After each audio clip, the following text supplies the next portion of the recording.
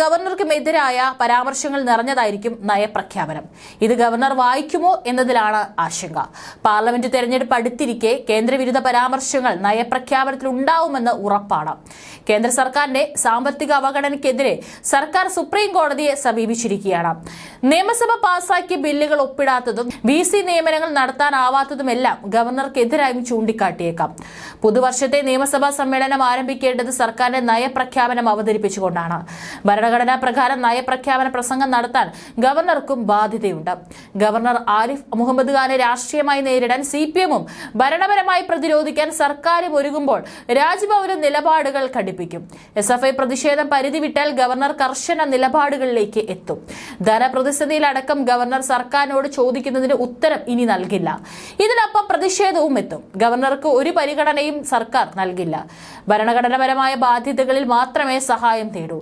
പുതിയ വർഷത്തിൽ നിയമസഭ തുടങ്ങേണ്ടത് സർക്കാരിന്റെ നയപ്രഖ്യാപനത്തോടെയാണ്. ലോക്സഭാ തെരഞ്ഞെടുപ്പിന് തൊട്ടുമുൻപ് സർക്കാർ നയങ്ങൾ സ്പീക്കറെ കൊണ്ട് പറയിപ്പിക്കേണ്ടതും ഭരണഘടനാ ബാധ്യതയാണ്. ഇത് സർക്കാരിന് മുന്നിലെ വെല്ലുവിളിയാണ്. ഗവർണർ ഈ വിഷയത്തിൽ എല്ലാവിധ നിയമോപദേശവും തേടും.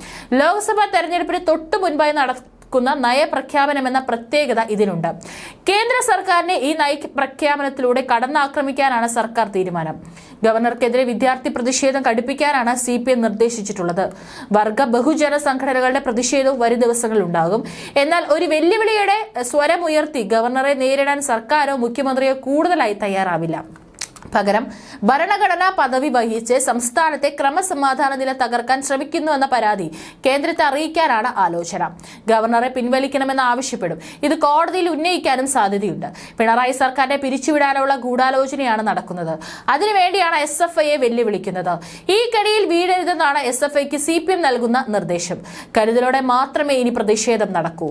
പോലീസിനെ വെട്ടിലാക്കുന്നതൊന്നും SFI ചെയ്യില്ല. രാഷ്ട്രീയ അജണ്ടയോടെയാണ് ഗവർണറുടെ പ്രവർത്തനം എന്നത് CPM ഏറെ നാളായി ഉന്നയിക്കുന്നതാണ്. ആ അജണ്ട സർക്കാരിനെ അട്ടിമറിക്കാനുള്ള വഴി ഒരുക്കുന്നതിലേക്ക് എത്തിയ എന്നതാണ് RSS ശ്രമം. ഇതിൽ വീഴരുതെന്നാണ് നിർദ്ദേശം. സാമ്പത്തിക അടിയന്തരാവസ്ഥയ്ക്കുള്ള സാഹചര്യം സംസ്ഥാനത്തുണ്ടെന്ന ഗവർണറുടെ പ്രസ്താവനയും ചീഫ് സെക്രട്ടറിയോട് സാമ്പത്തിക നിലയെക്കുറിച്ചുള്ള രാജ്ഭവന്റെ അന്വേഷണവും സർക്കാർ ഗൗരവത്തോടെ എടുക്കുന്നു. ഈ വിഷയത്തിൽ പ്രതികരിച്ചില്ല. സംസ്ഥാനത്തെ ഭരണഘടനാ സംവിധാനങ്ങൾ തകർത്തു തുടങ്ങുന്നുവെന്ന് കഴിഞ്ഞ ദിവസം രാജ്ഭവനിൽ നിന്നുള്ള പത്രക്കുറിപ്പാണ് രണ്ടാമത്തേത്. ഇതിനെ രാഷ്ട്രീയമായി നേരിടും.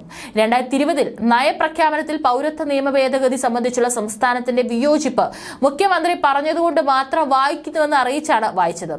എന്നാൽ സർക്കാർ നൽകുന്നതെല്ലാം വായിക്കുന്നതാണ് ഗവർണറുടെ രീതി. ഇനി അതിൽ മാറ്റമുണ്ടാകുമോ എന്നതാണ് അറിയേണ്ടത്.